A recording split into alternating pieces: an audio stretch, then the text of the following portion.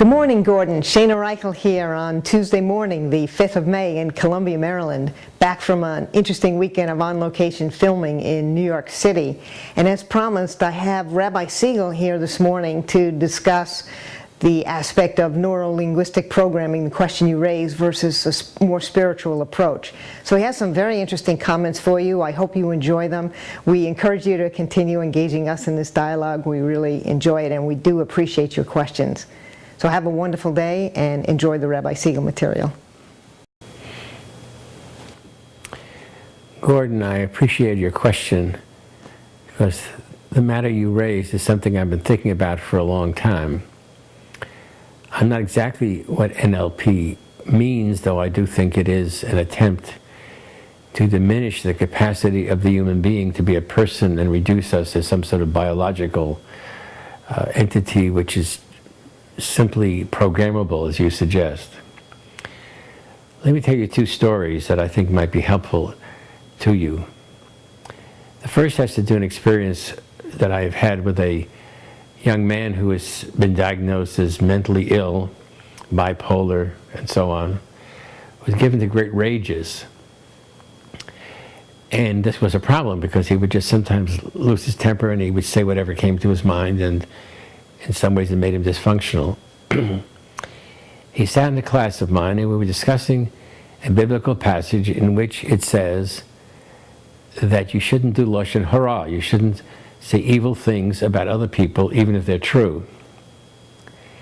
And he listened to that, he took it to heart, and he's been able to control his rage.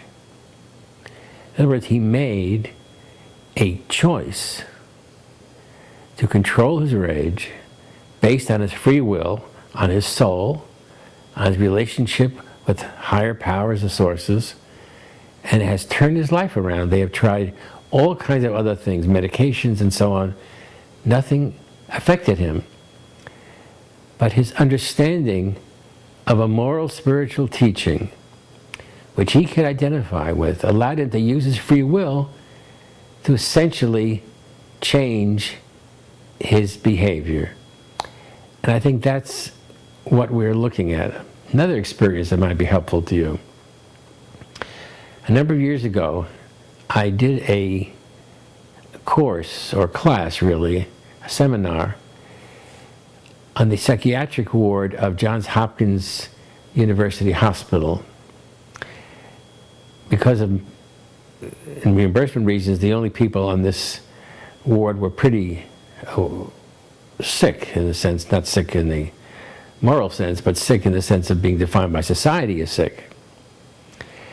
And I met with this group, and I was talking about my 7 principles, which is the heart of my spiritual process. And they really were getting stuff out of it. They loved it. They wanted to continue. And then it was presented to the chairman of the department who ran this psychiatric ward. And he said, no, we're not going to do that. He said, because everything is about biology. We'll give them medications. In this ward, they also use electrical shock therapy. And that's how they're going to change people, because it's all about the brain. It's all about the biology. It's not all about biology and the brain. It's about the free will that we have, as my friend who had the bipolar situation, to change our behavior based on our relationship to a moral spiritual principle which we accept freely and which we therefore allow us to create our own behavior, to really heal ourselves instead of being neurologically conditioned. So we're talking about the capacity of human beings to transform ourselves through our own free will and our own choice, which is very different from what I understand NLP is.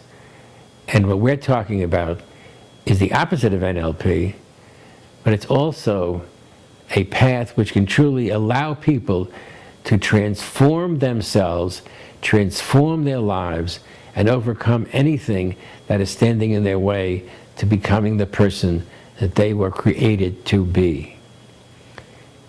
I hope this is helpful to you, Gordon, and I would be very happy to hear back from you. Have a very good day. Thank you.